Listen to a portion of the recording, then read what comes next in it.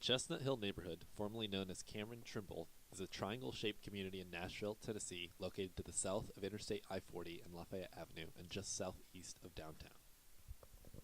Chestnut Hill is the oldest surviving African American neighborhood in Nashville and has a vibrant history dating all the way back to the Civil War. The city was overtaken by federal troops early in 1862 due mainly to the fact that the Louisville and Nashville Railroad served as the only major railroad link between the North and the South at the time.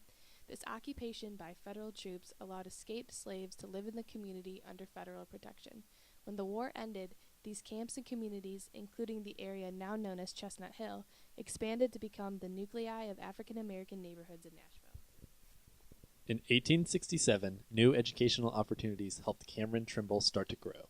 In that year, a new colored public school was opened on Fifth Avenue South, and in the same year, Central Tennessee College was opened on what is now First Avenue. The college would go on to contribute greatly to the community and beyond, but no contribution was greater than its establishment of the Meharry Medical Department in 1875. Meharry was the first facility for training black doctors in the South. The emergence of this important medical school had a positive influence on the entire local population, as it caused more doctors, students, and nurses to move into the community and enhance the standing of the community as a whole.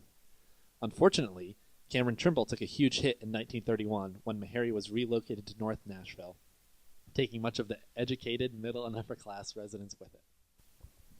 The influence that the Cameron Trimble education system had on the surrounding community can be seen in the various opportunities that it brought to the area. One such opportunity came in the 1920s in the form of the Nashville Elite Giants, a professional baseball team in the Negro League.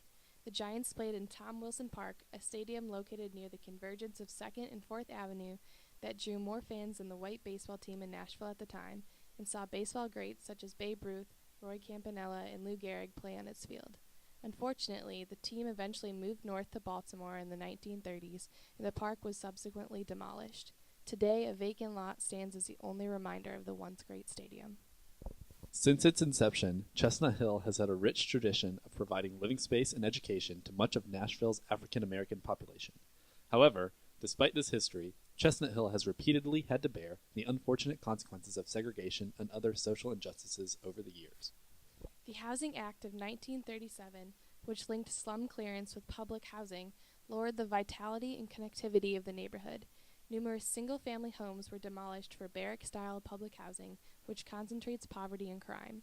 The construction of the interstate highway system in the late 1960s, including the I-40 section in the neighborhood, demolished many single-family homes and worked to create a physical and psychological barrier between the neighborhood and the downtown area. Despite these challenges, Chestnut Hill remains resilient and hopeful that there are better days ahead. While it currently lags behind in almost all of the factors that the Nashville Civic Design Center uses to assess neighborhoods, it has the potential for a rebirth. Known over the years as both Cameron Trimble and Trimble Bottom, it was renamed Chestnut Hill in 2005 in a move that is reflective of the residents' hopes that the area will experience positive growth in the coming years. We interviewed Dion White, a resident of Chestnut Hill, to get a first-hand perspective on both the assets that come with living in the neighborhood and the challenges faced by the community. Dion is a longtime member of Chestnut Hill and was kind enough to invite us into his home to share more about his life and experiences. Dion currently resides at 19 North Hill Street in a house that has been passed down through his family. I've been in this house for about 12 years now. I started at 21 Northfield. Actually, this home I live in right here, my grandmother owned. Over the years, this area has been known by many names. Today, many people refer to it as Chestnut Hill. However, many people in the area, like Dion, feel a stronger sense of community within their specific street. As far as the name-wise, I consider where I live at Northfield. That's because, Chestnut Hill, Northfield, people like basically claim the streets their own. While this fragmentation of Chestnut Hill could be seen as a drawback, we found the sense of community within the streets to be a very positive thing. Despite the fact that most streets in Chestnut Hill do refer to themselves individually, a sense of neighborhood pride permeates the entire area.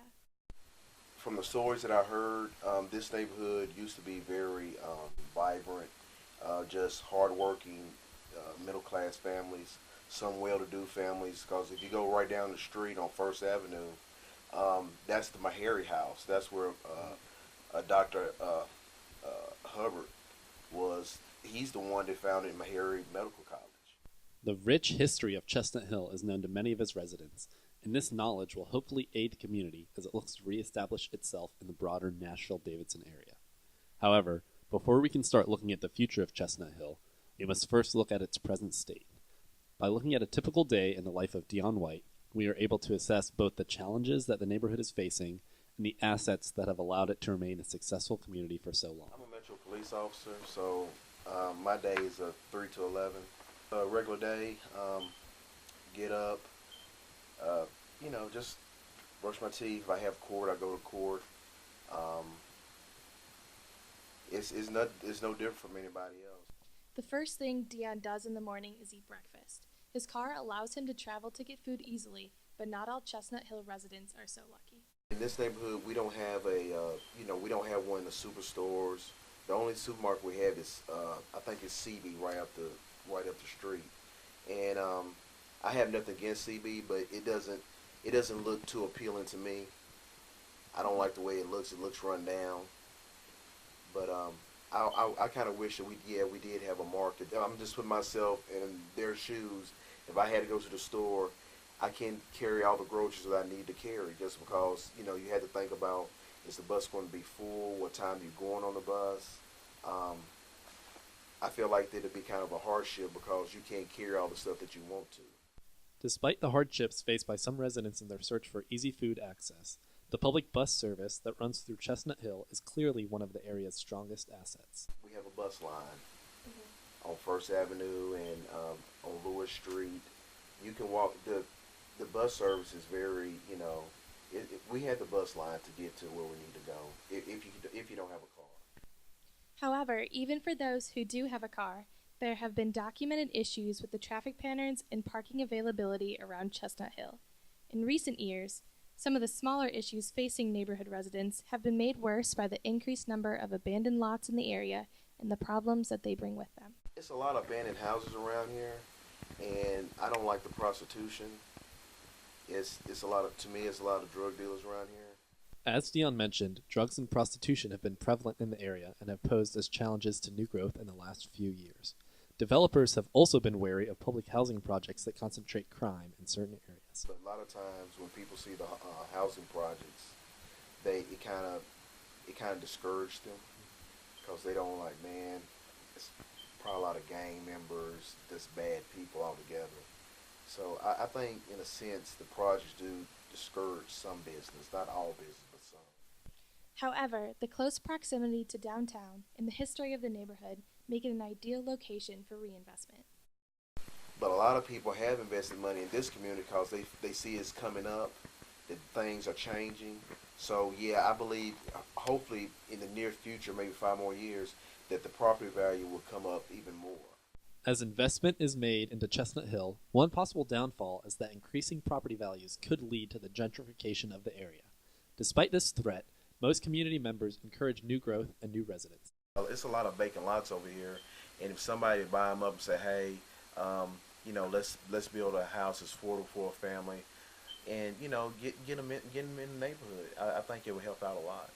If you have more people on the property and houses, I think a lot of the underworld wouldn't want to be in this community. As new development brings in new residents, they will find the beginnings of a strong community system. For instance, both the Dudley Center and the Trimble Action Group provides outlets for neighbors to meet and connect in order to better their lives and their neighborhood. The Dudley Center is a Head Start center now. There's a lot of kids right there, and they have a walking track where people walk and run and stuff and play, and a little playground and stuff like that. The Trimble Action Group, we meet at St. Patrick's Church. That's where we discuss, what we can do to bring the neighborhood up, different things like that. You go on Chestnut, you can see where they built the sign has "Welcome to Chestnut Community." It's like it's bricked. They're doing little things like that, just enough to make you notice, like, hey, that's different. I hadn't seen a stop sign like that before. Even within Dion's own street, signs of progress are evident in the form of a new community garden taking the place of an old abandoned lot. This garden serves as both an educational opportunity for local students and a much-needed source of fresh produce. While Chestnut Hill seems headed in the right direction, The challenges they face in the coming years as they look to reclaim their status among Nashville's greatest neighborhoods will require them to continue to work together to improve many different aspects of their surroundings. By addressing issues in transportation, safety, and housing, Chestnut Hill can look forward to a future that is as bright as their past. This area has a lot of history. That's just how I feel. I feel like this area, has something to offer Nashville. I don't know if too many people know about it, but it does. We look forward to seeing Chestnut Hill's growth in the future and want to thank Dion White for all his help with our project.